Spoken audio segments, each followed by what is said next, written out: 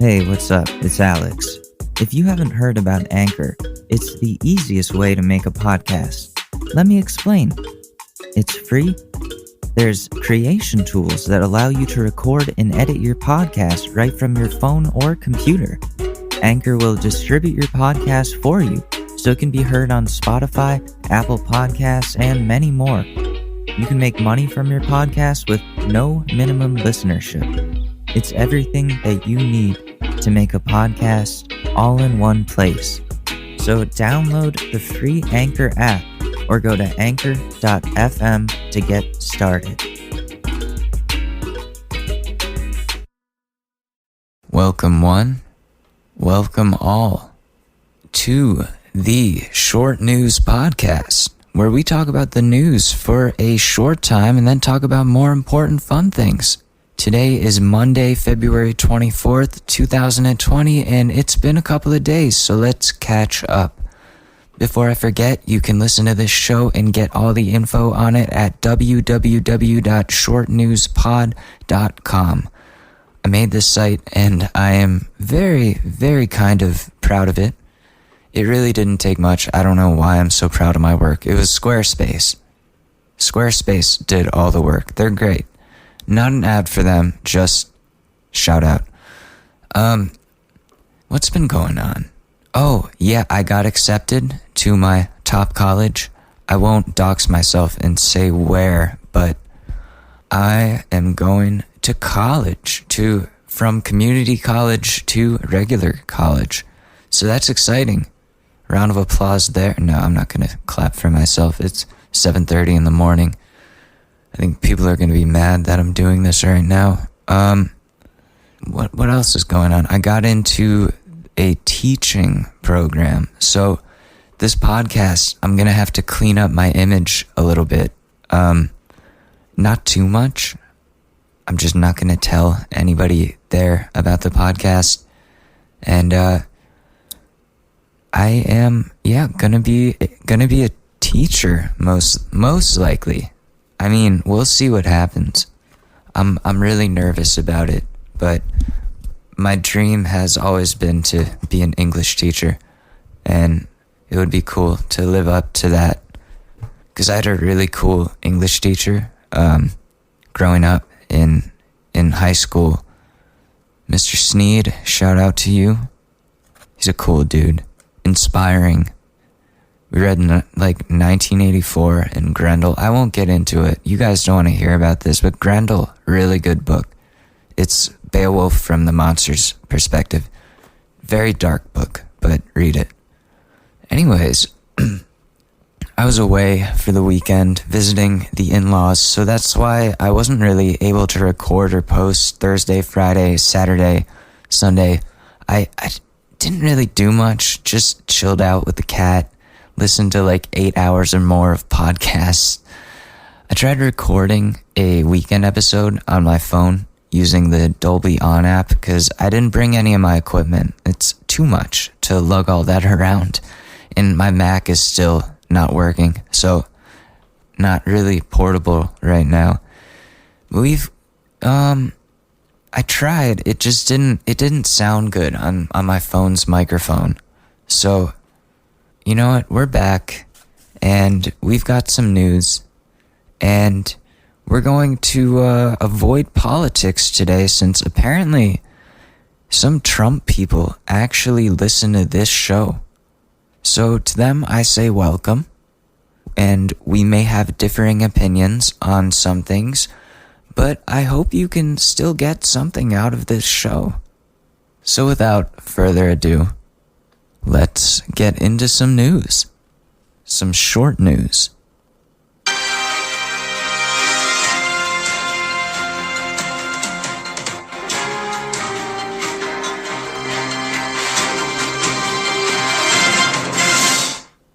Hello and welcome to the short news. I'm Dick Johnson, and here are today's top stories. It's looking like Bernie Sanders may be the front-runner for the Democratic pick after winning big in Nevada. Sanders has been thriving in the polls and outdoing the other candidates. The coronavirus outbreak is getting significantly worse, with the number of people infected now reaching 79,000, and the virus has spread to other countries like South Korea, Italy, and Iran. The death tolls are rising as well. In 90 Day Fiancé news, Tiffany and Ronald, the couple where the woman moved her and her kid to South Africa for some dude with a gambling addiction, have officially broken up. Sad day for TLC fans everywhere. Let's go back to politics for a second. Senate Minority Leader Chuck Schumer has taken a lot of backlash from Republicans for cheesecake. Schumer admitted to spending over $8,600 on Junior's cheesecake, which is apparently the best cheesecake in the world. Schumer apparently buys the cheesecake as gifts for others and shares his love of the delicious treat with the world. I'll have to check out Junior's cheesecake at some point. And a sad day in the weird and scary flat earth community. 64-year-old daredevil Mike Hughes has died in a tragic rocket accident in Barstow, California. Hughes was known for being the guy that built his own rocket in hopes to one day launch high enough to be able to prove whether or not the Earth is flat, as he was a firm believer that the Earth is somehow shaped like a dinner plate. Hughes died when his rocket hit a steel ladder connected to its launch ramp, and the parachute of the rocket got stuck in the thrusters, causing the rocket to go off course. Hughes will be remembered for his crazy stunts, like jumping limousines. This is grounds for a good conspiracy theory.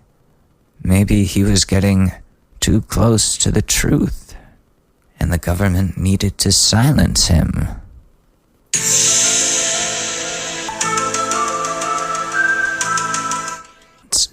Sounds like a conspiracy to me. Anyways, the rest of the news is politics, and I received a lot of backlash for talking about that, so we're going to stop right there. This has been the news. Back to you, Alex.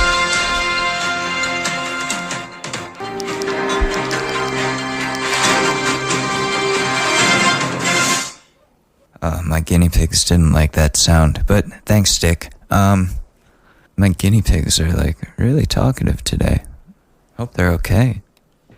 Okay, I think they're good. So, if you're new here, after the news, we usually go into a funny story about my younger, dumber days in a segment I like to call Stories in Stupidity. This one is a long one and a funny one. It's about the first or second time that I got a concussion. I'm not entirely sure at this point. Which, those suck, by the way. Do everything and anything you can to avoid getting concussions, because they suck. So, but this was a situation where I couldn't exactly avoid it. So, I was on the track team at my high school, and this was in my second year of school, sophomore year, when this story starts. So, 2012? Yeah, 2012. It's the same year as the Mr. K story, the photo teacher from a couple episodes ago. We had practice every day, like most high school sports, after school, and we would meet up on the track before warm-ups and screw around or socialize. I don't exactly remember how this started, but someone brought up how we watched West Side Story in middle school, and how dumb it was when they were dance fighting and snapping their fingers, and then they started imitating it, snapping and walking towards each other, and people started getting in on that and screwing around until it actually broke out into an actual fight. It got really rowdy, and me hating confrontation, I just stood there watching and laughing, my guard completely down. What I didn't know was happening was that one of my so-called friends was crouched behind me, and another one was running at me. So he decked me, launched me, and the friend being crouched behind me, that launched me like even further and higher. And I hit the ground head first, blacked out for a second. When I opened my eyes, everyone was standing around me. The two guys who had decked me, they helped me up and apologized because they apparently didn't realize how light I was and that I would launch that far and hard.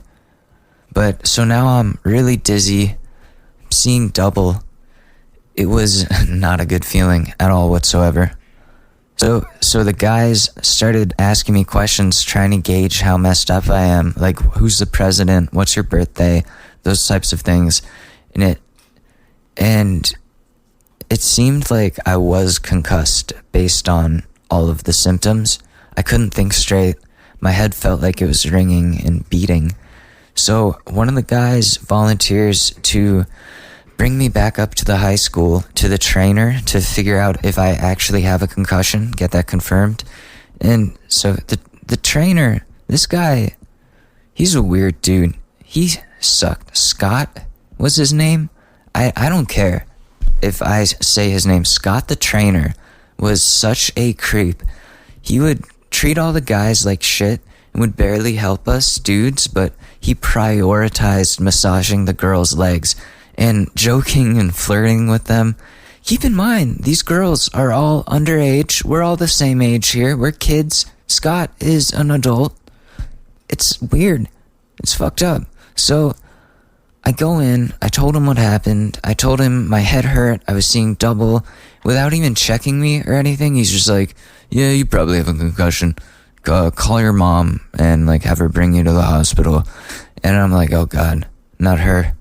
Not now. She's not in a good mood. I already know that. She's never in a good mood. I told him I needed to use his phone, and he was like, why can't you use yours? And I go, my mom doesn't let me have a phone. He just looks at me kind of weird, lets me use the landline, and I call my mom, and I tell her what happens, and she's like, are you fucking kidding me?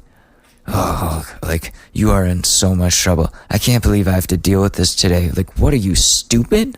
And then hung up, and I assumed she was coming to pick me up. So I go outside, wait for her. She eventually pulls up, and I get in the car.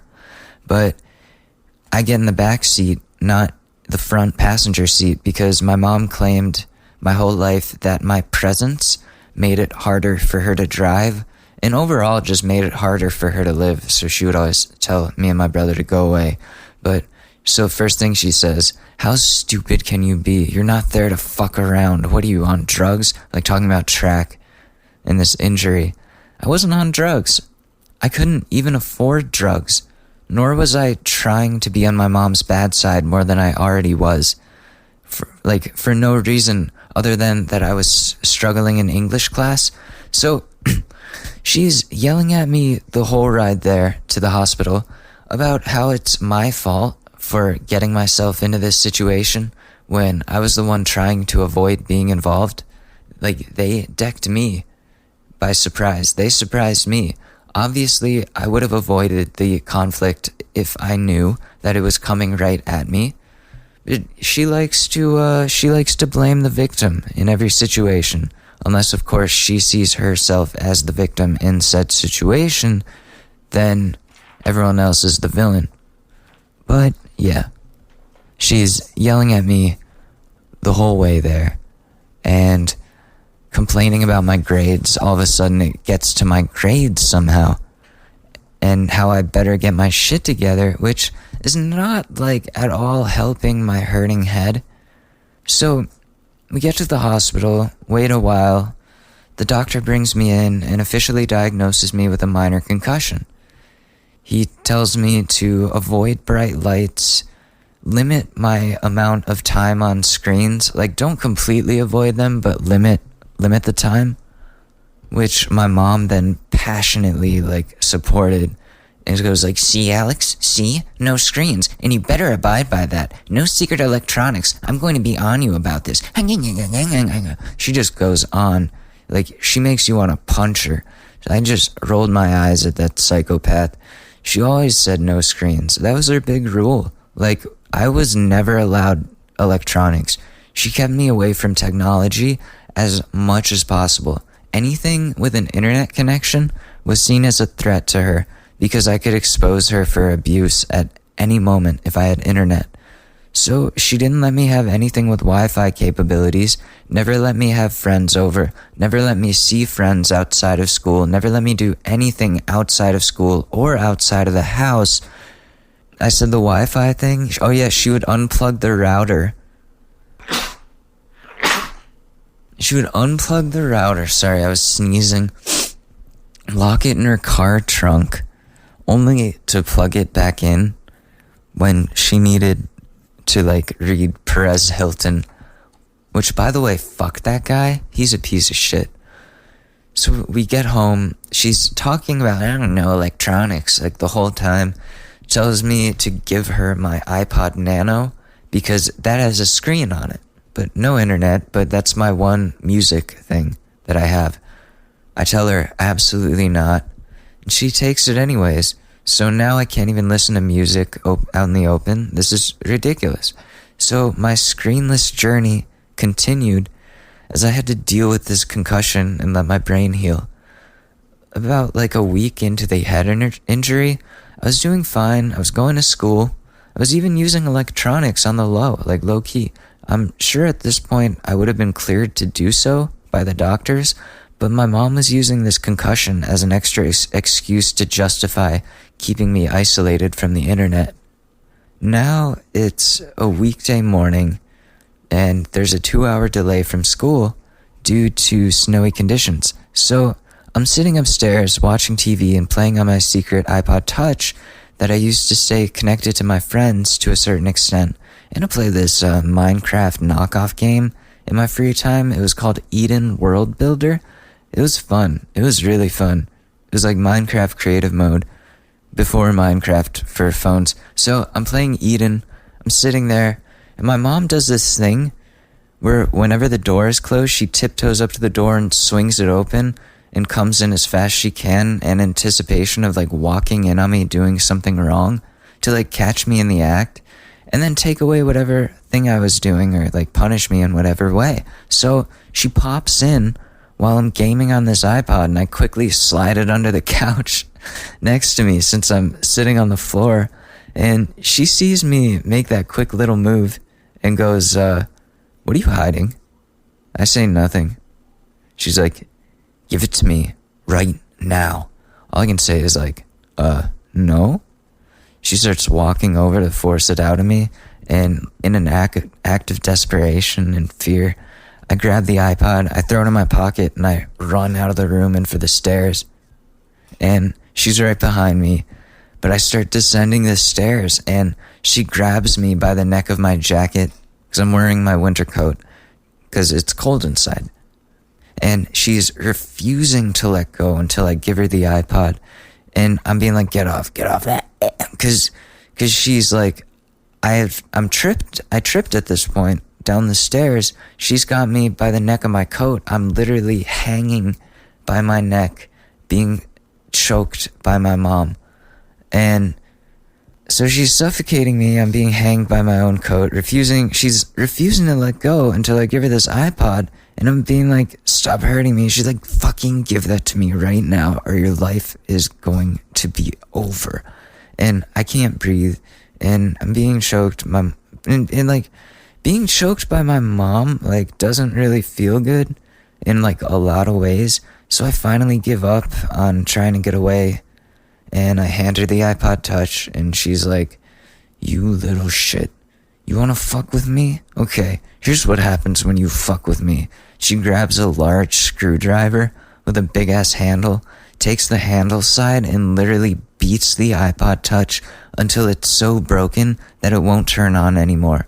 And the screen and glass is unusable, and it's completely totaled. Then she gives it back to me and goes, here, now use it. And then goes back to her bedroom and locks the door. Little does she know that I have a whole nother iPod Touch that I'm hiding, bitch. But I'm scared to take it out and use it because I don't want to lose that one either. So I go to school, literally shaking as I do most days after talking to my mom, or being talked at in this case, and continue on with my miserable life. So, what's the next part of this story? Right. Let me just take a unprofessional puff. We're gonna call that. Vape Nation.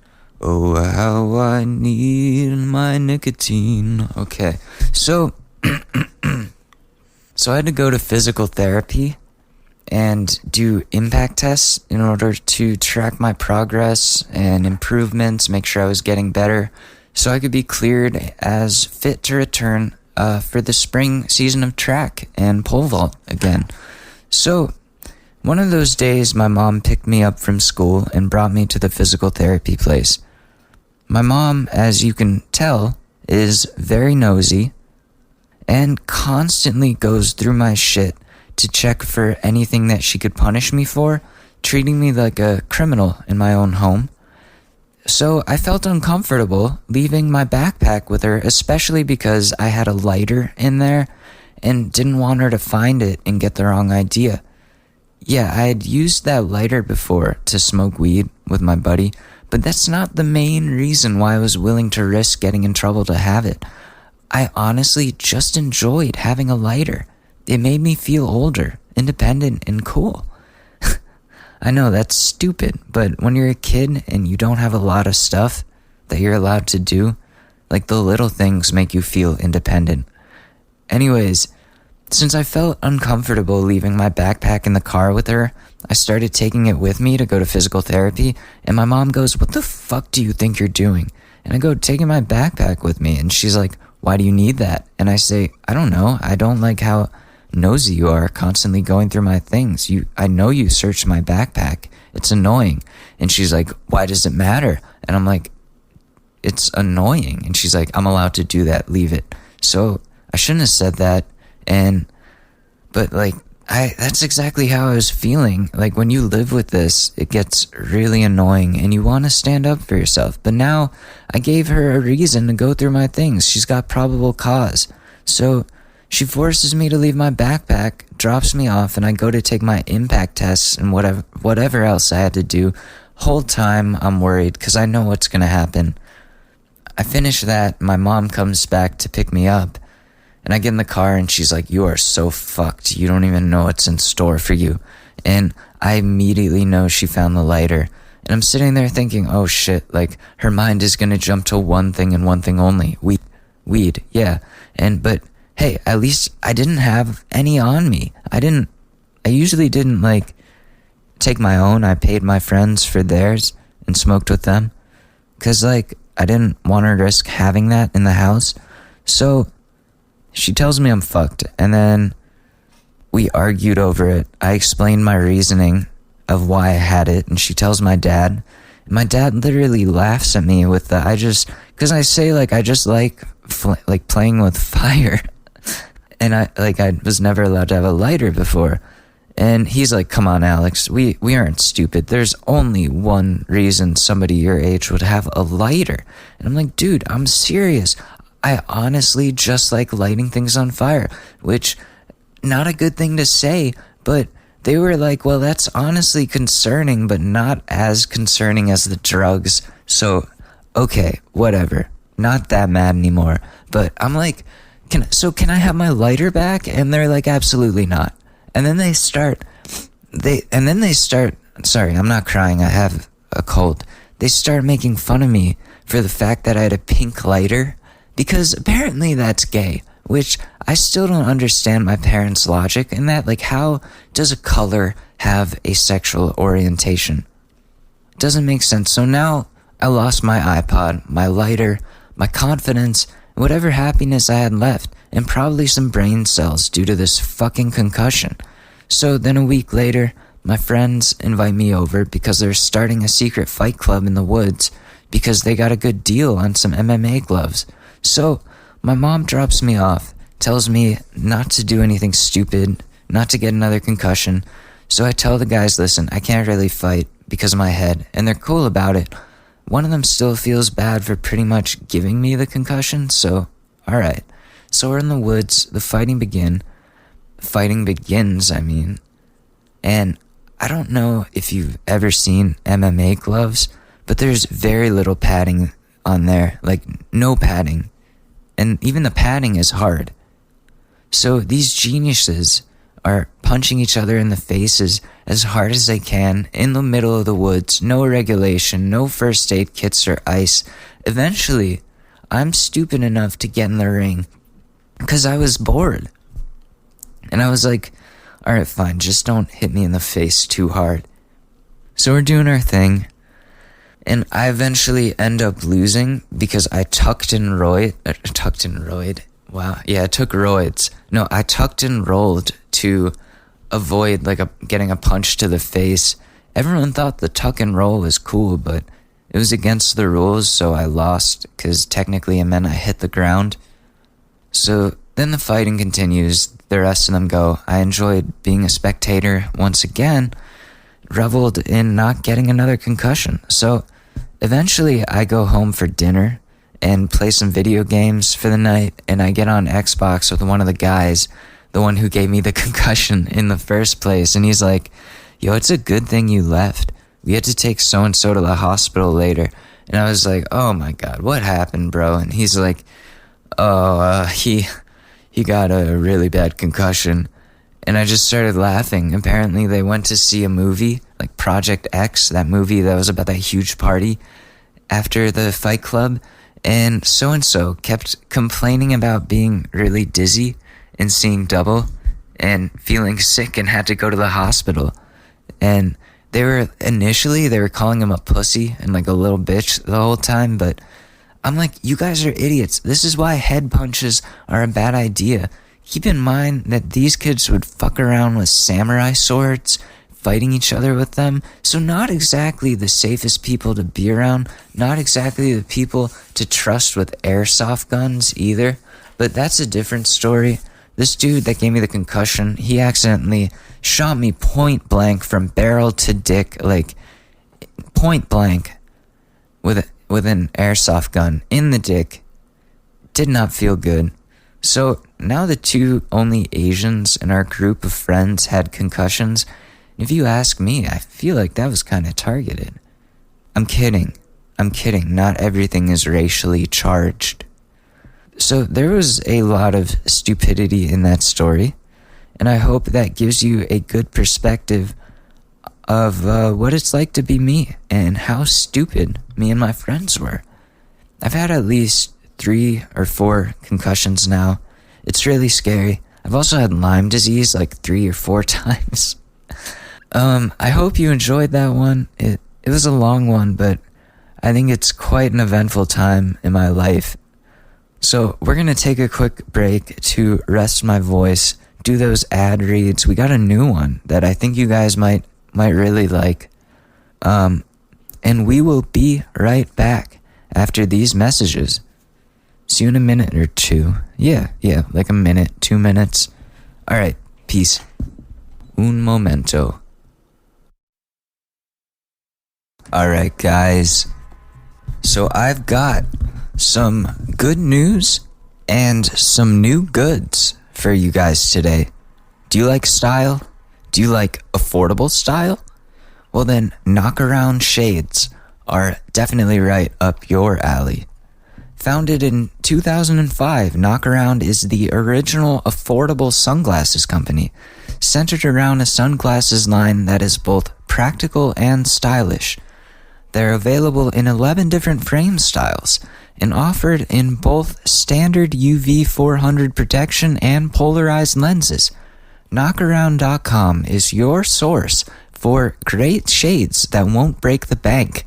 Their lineup of unisex sunglasses offers a wide range of good-looking, timeless styles in a ton of different color combinations, from bright and bold to subtle and classy, designed for pretty much any face, size, and shape.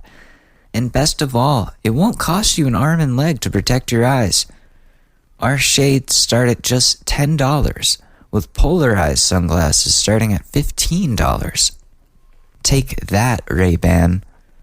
And Oakley looks like douchey anyways. So knock around. I've taken a look at their site. I'm actually gonna buy like multiple pairs. Cause they have these cool bright colored ones that I can definitely attest to those being awesome. They also offer limited editions, collaborations, and an interactive design your own custom shop. You can make a one of a kind for yourself. So for you guys, for listeners, if you follow the affiliate link in the description of this show, and I'm going to put it on Twitter, I'll put it on my, I'll put it on the Short News website. I'll do all that stuff. You get 20% off your first order and free shipping on orders over $50. And you get free returns if you don't like what you got. So stop spending a fortune on sunglasses. Grab a pair of knockarounds or 3 and enjoy the sun. Now, hello, it's your boy, Christopher Walken. I want to talk to you about something new, something soft, something warm, something you need. It's called Buffy. Buffy offers a wide range of bedding products, including the world's softest and coolest comforters, duvet covers, and sheets. They ship for free, don't charge you unless you decide to keep what you ordered, and have free returns if you decide to send it back. Buffy is seriously sustainable as well. Their products keep water bottles out of landfills, protect geese from live plucking, and use less water and land to produce than cotton. Following the link in the show notes lets Buffy know we sent you and helps support our show. And you'll get to try the Buffy products you get for 7 days free. And if you don't like it, you can return it. You'll only be charged if you choose to keep them. So follow the link in the show notes to get your Buffy on. And if you needed any more reasons, Buffy is made with 100% eucalyptus fiber, temperature regulating so you don't kick your comforter to the floor, super soft fabric that's naturally softer and more earth-friendly than cotton, cruelty-free, and protects 12 geese from live plucking, hypoallergenic, so don't worry about those sniffles, and ships via certified carbon-neutral shipping. So for you eco-nuts out there, get on it. Get your Buffy on. You won't be disappointed. All right, we're back. So, ow, sorry. I was just checking out my former boss's podcast. I know I talk shit about this. No, I haven't talked shit about this in like a month. So, their podcast is, I hate podcasts that are like normal people, even celebrities that like, they take it way too seriously and they think they're like this intellectual and they need to share like their deep ideas. I will admit this is not an intellectual podcast at all. We talk about boobs, drugs, and relationships and sex and pop culture. Like, this is not an intellectual podcast. It's barely the news.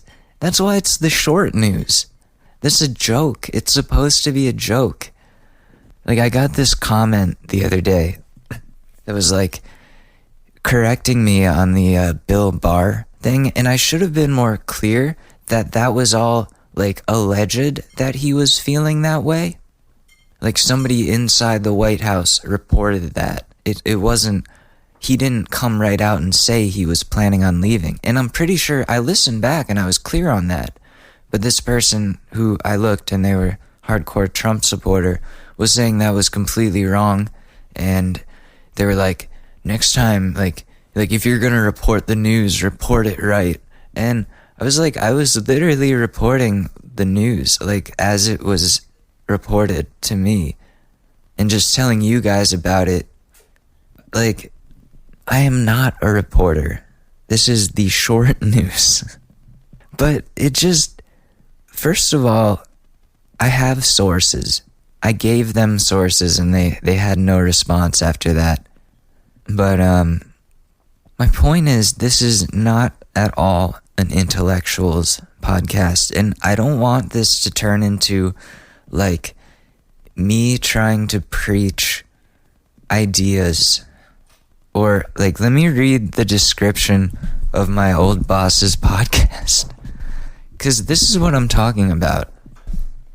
Join blank as he moderates the blank show and discusses the latest trends and game changers in parenting, technology, education, sports, and product reviews. Like, I want to hear my boss talk about parenting, but then again, who wants to hear me talk about, like, doing acid? I don't know, I feel like that's more interesting. You can tell me if I'm wrong, but I'm going to listen to their podcast in a little bit when I'm done with this. And then I'll come back to you guys with some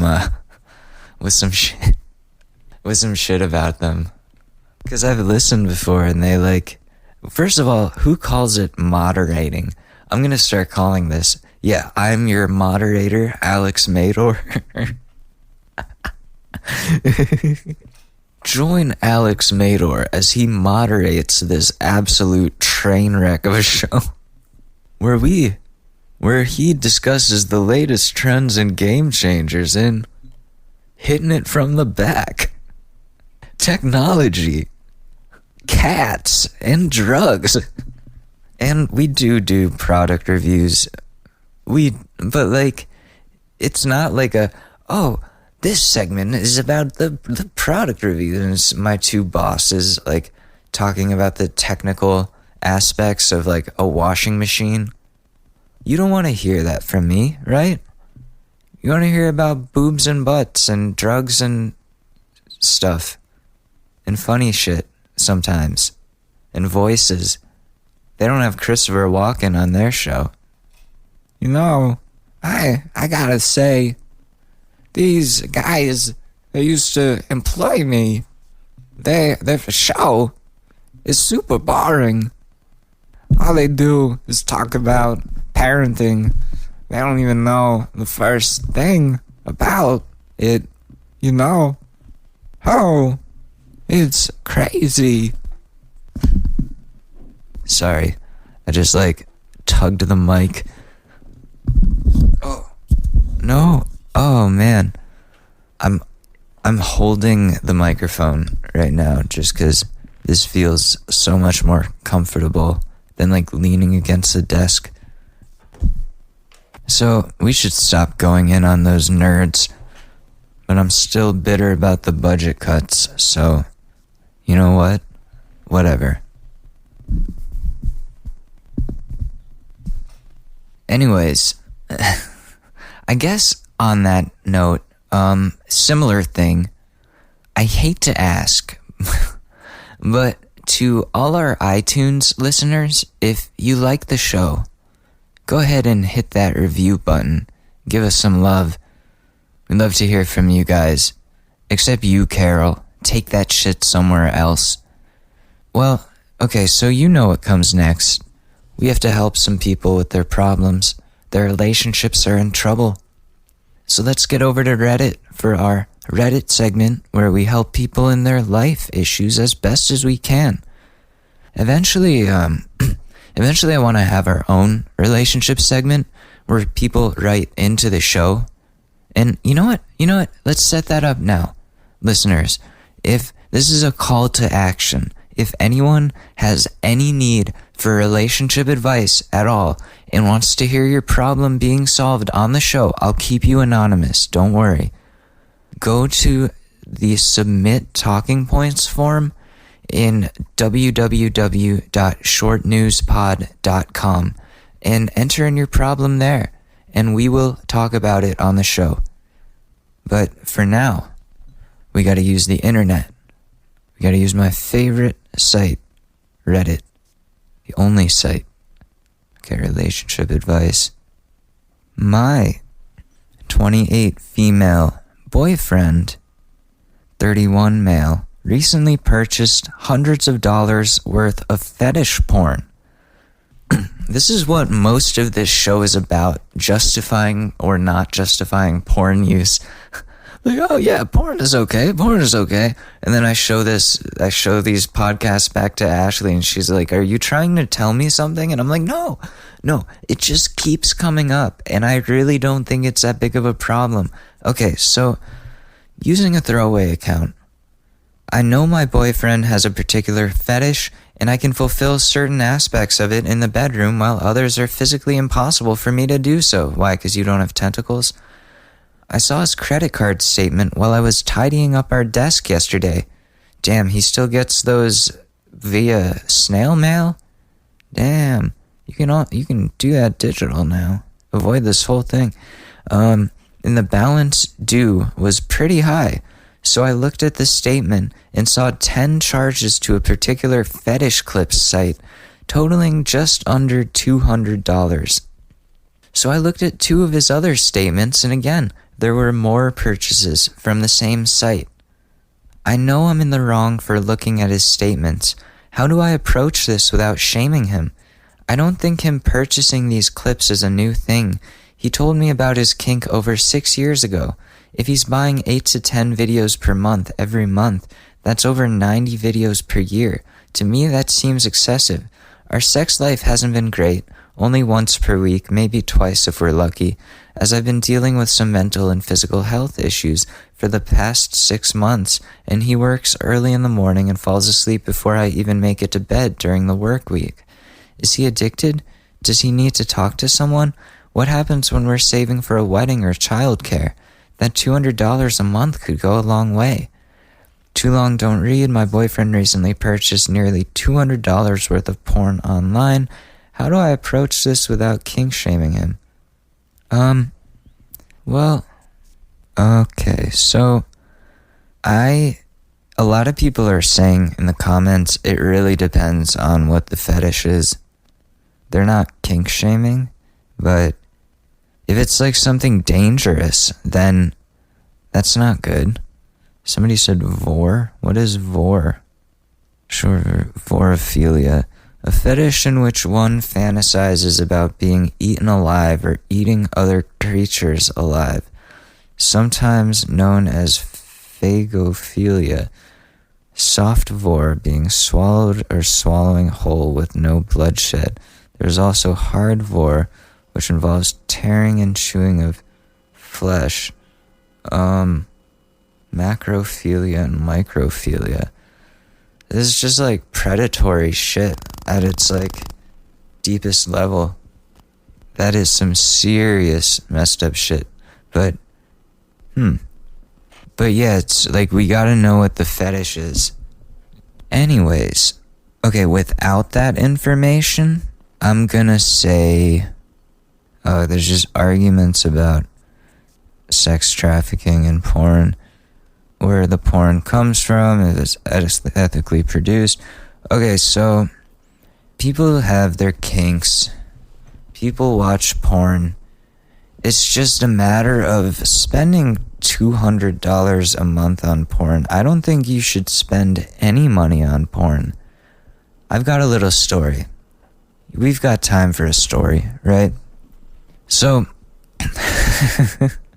this is why you shouldn't pay for porn. When I was 18, I had a debit card. I decided, because I had some Christmas money, I'm going to pay for that $1, like one day trial on the hub, on Pornhub. And I did.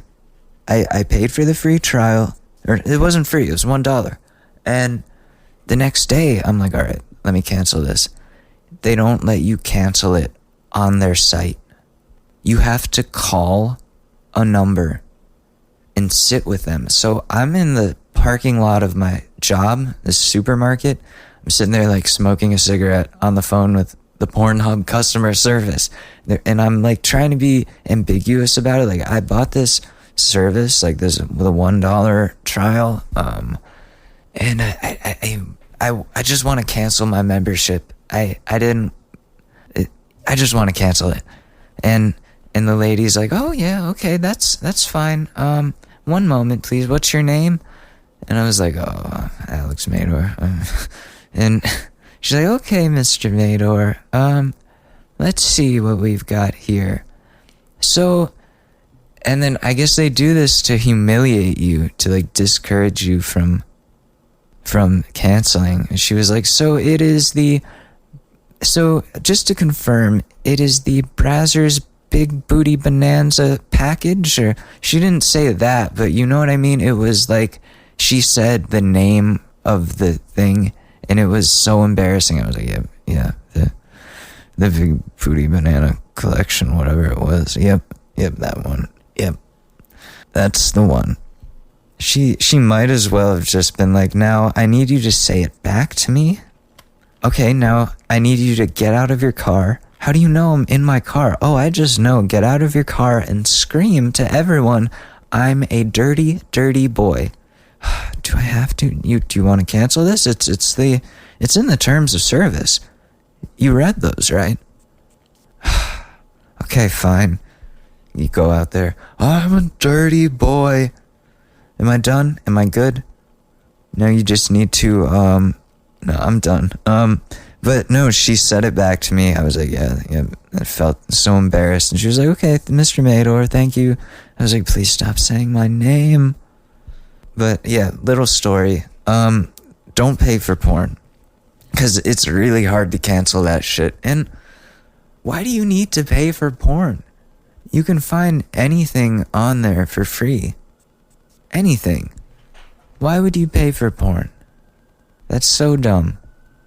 Is it that much better if you pay for it? Like, does 4K really matter that much to you? I mean, okay, I can see if you're rich and you have a home theater and you're like a bachelor or something, you're alone, you're like, yeah, let me go to the home theater. Like, that would be cool. That would be cool. But no, $200 a month on fetish porn is a problem. Is a huge problem. Because, yeah, that means most likely there's an addiction because he's spending money on it. Like, a lot of money on it. So you're going to have a conversation with him and be like, listen, I was cleaning up. I saw your credit card statements. You want to explain why you're spending $200 a month on fetish porn? When that money it's not even about the porn. It's about where that money could be going towards our future instead of your 30 minutes of pleasure. Say something like that. Okay, so that's that one. Damn, there's this like electrical interference sound or EMF. I don't know. Cool. My 27 male girlfriend, 28 female, loves handling my balls as a stress release almost all the time. I can't. I don't think I can ignore this one. I was gonna ignore this one, but it's short. It doesn't matter what we do or where we are. If she is stressed, she is always reaching and playing around with my balls. Watching a movie that's intense, ball time. When I'm driving and traffic is frustrating, grab them balls. Laying in bed and can't sleep, well, better have a handful and a half of nuts till I pass out. As a man, ball play leads to arousal, and as a man, ball play isn't enough. All these times leads to blue balls, but when she isn't doing it in a sexual way. So I don't know what to do. Do I tell her to stop grabbing my balls and potentially ruin the comfort level we have, or do I just let her keep doing what she's doing? I've told her about how I want more if I do get aroused, but she says she's not touching me to make me aroused. This is probably weird to most of you, and probably most guys will think that this is an awesome situation, but having your nuts felt everywhere you go during an activity is not what I would say is ideal. Yeah, you gotta establish some boundaries. What you could say is like, when we're out in public, please don't grab my nuts, because that just doesn't look right. And also, like, these are my balls, and like, you're triggering a chemical reaction that is completely natural, where you are arousing me by grabbing my balls. So unless you want the bull, don't fucking grab the horns. Here's a comment. Can OP grab her boobs when he gets stressed? Or maybe she should grab her own pair of circular appendages.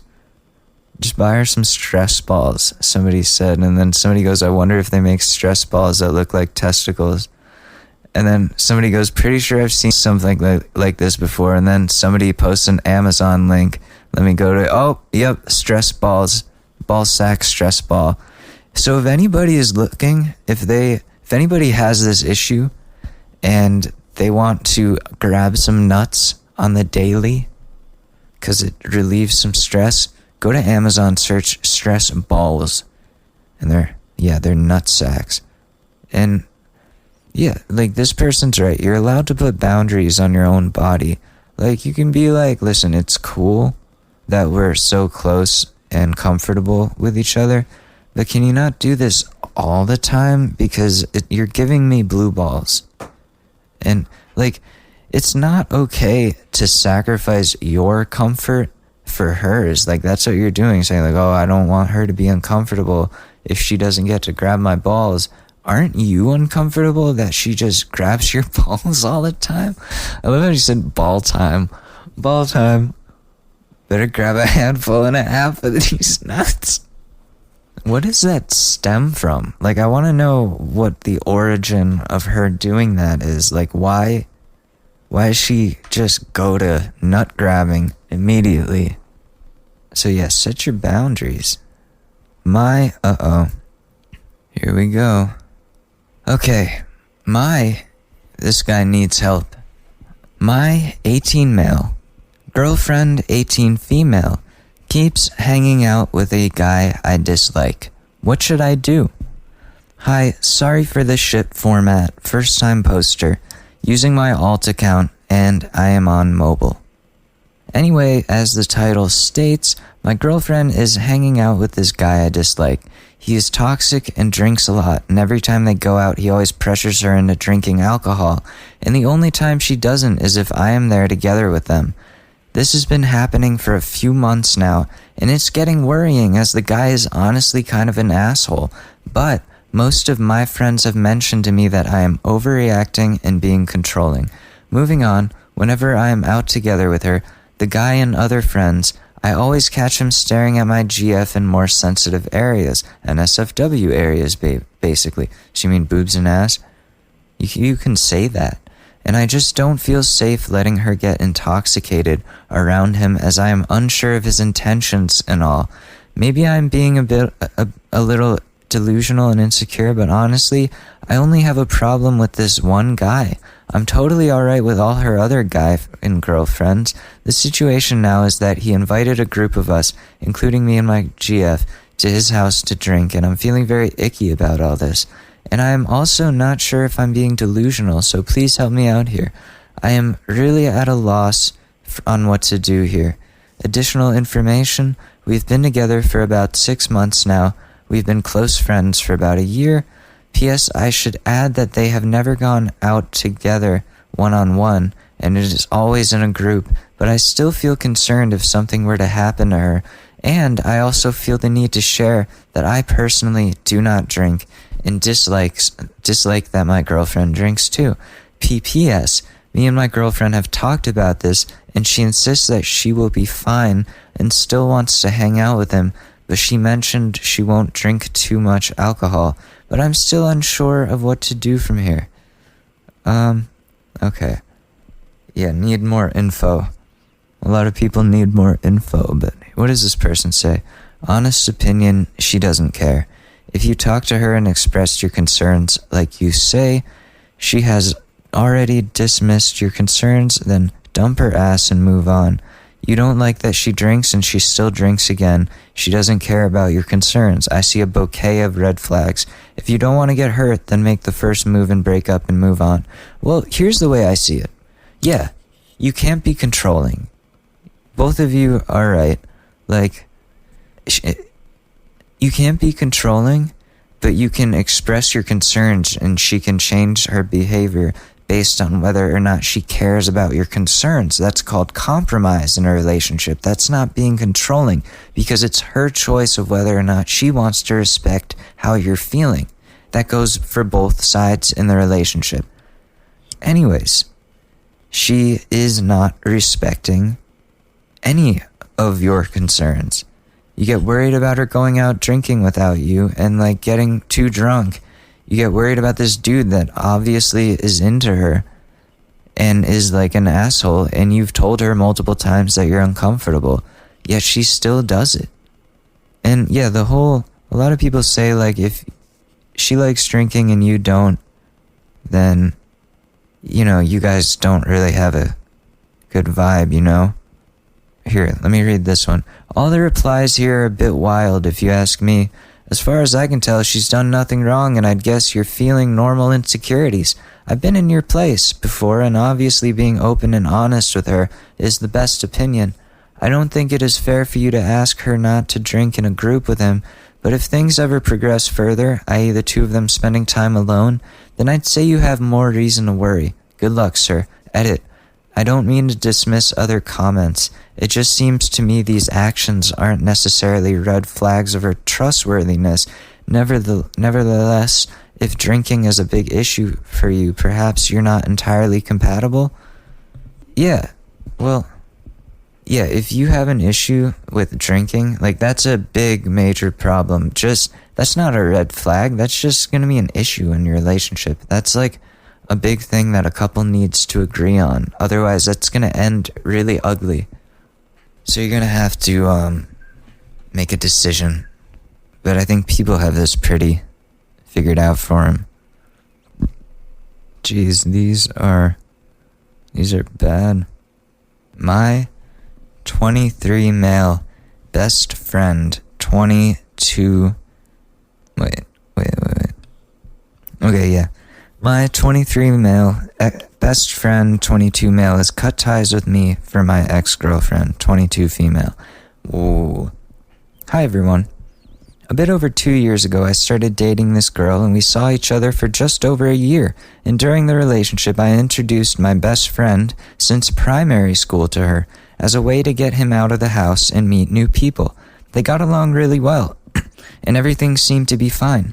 The problems started happening a couple months into the relationship, where she would give me ultimatums to cut people off, would call me to 3 a.m. most of the nights to get me to fix problems in the relationship, and other things along that line that were me down.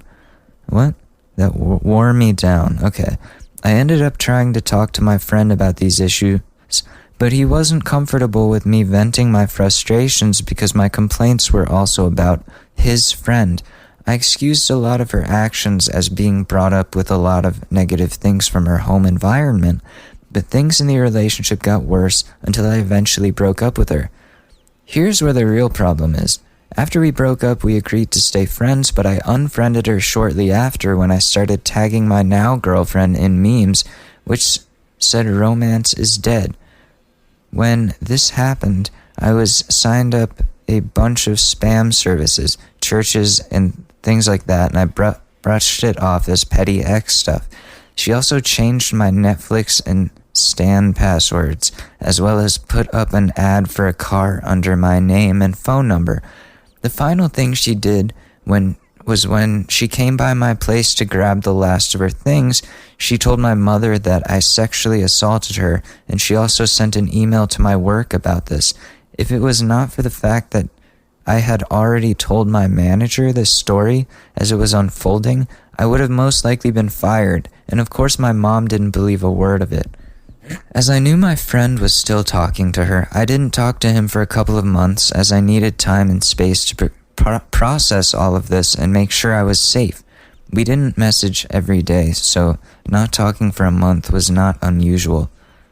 I eventually met up with him and told him everything that had happened, including her allegations about me.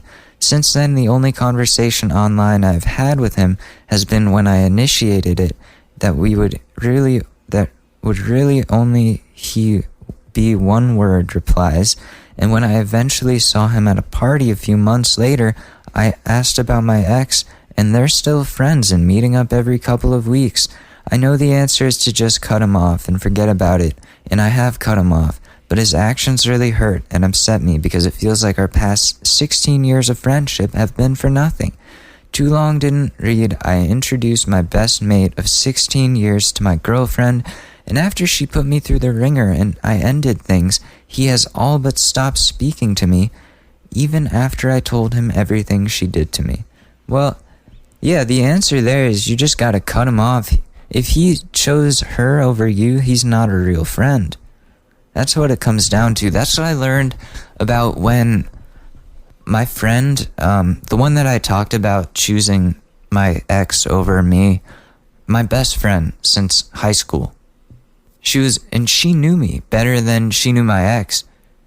But like, it was weird. Every time I would dump somebody, she would swoop in and try to get as much information from that ex-girlfriend about that relationship with me. Which is like, what? And then she'd become best friends with the ex. And she'd do that every time. I was like, why are you doing this? And like, and so like now, like we live in the same city, which, you know, you think that's cool, right? And I'm like, hey, like, you want to do something? I haven't seen you in forever. And she's like, oh, yeah, at some point. And then like, I ask her, oh, hey, like, I'm free today. I don't hear anything. Nothing. But then, like, I see, like, pictures, and she's out, like, fucking partying with my ex-girlfriend. This is, like, a few months ago, or 2 months ago. And you know what so, like, a week or two ago, like, 2 weeks ago, I messaged her because I was in the area. I was in the neighborhood. I was like, hey, I'm picking up from my place, or I'm in so and what place right now. What are you doing? And nothing. No text back. Zero. Just completely ghosted me. So I was like, you know what? This isn't worth like trying and failing every time I try to reach out to this person. Just because they were my friend a long time ago doesn't mean they're my friend now. And if they're choosing my ex over me, then they're not my friend. So you gotta find new friends, is what it comes down to, really. You don't need them. But I'm sorry, man, that sucks. That really sucks.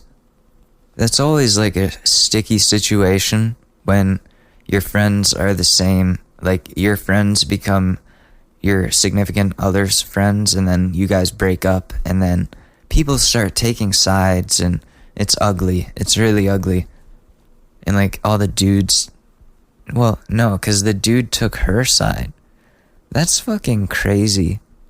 And all these girls that like, they, like after you break up with them, they tell everyone you sexually assaulted them. That's fucked up.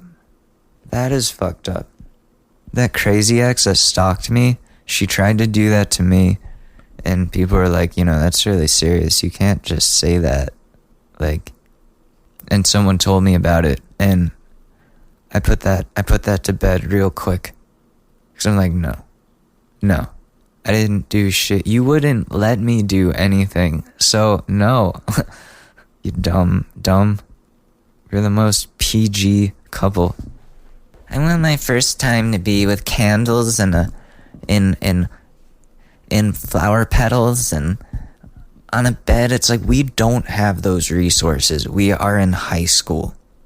We don't have the time. We don't have the resources. What, you think I can go out and sprinkle flower petals on here and get some candles before your mom gets home? No, we gotta do this now. But no. Like, you gotta find new friends. By the way, I never said we gotta do this now. But that's just my frustration. Like, imagine the person you've been dating for like 8 months is like, yeah, I would do that with you, but I want you to get flower petals. I want you to get music. I want you to get candles. I want there to be incense. I want the covers to be like silk. All these things. I shit you not. That's what she said. And I was getting so frustrated. Like, we don't need all this for that. We don't need all this for that. Sorry, this is just going into my sexual frustration as a teenager. But anyways, before I rant for any longer, I think we gotta cut it here because the construction is going on outside. So, this has been the Short News Podcast. I'm Alex Mador. If you want info on the show, if you want to submit your own relationship problems, go to the Talking Points page on www.shortnewspod.com. Once again, I'm Alex Mador. Have a wonderful day, and I will see you guys on Wednesday. Peace. It's really that time of year, and your team might finally do it. Or if you're a Rams fan, you might just want to book the trip now.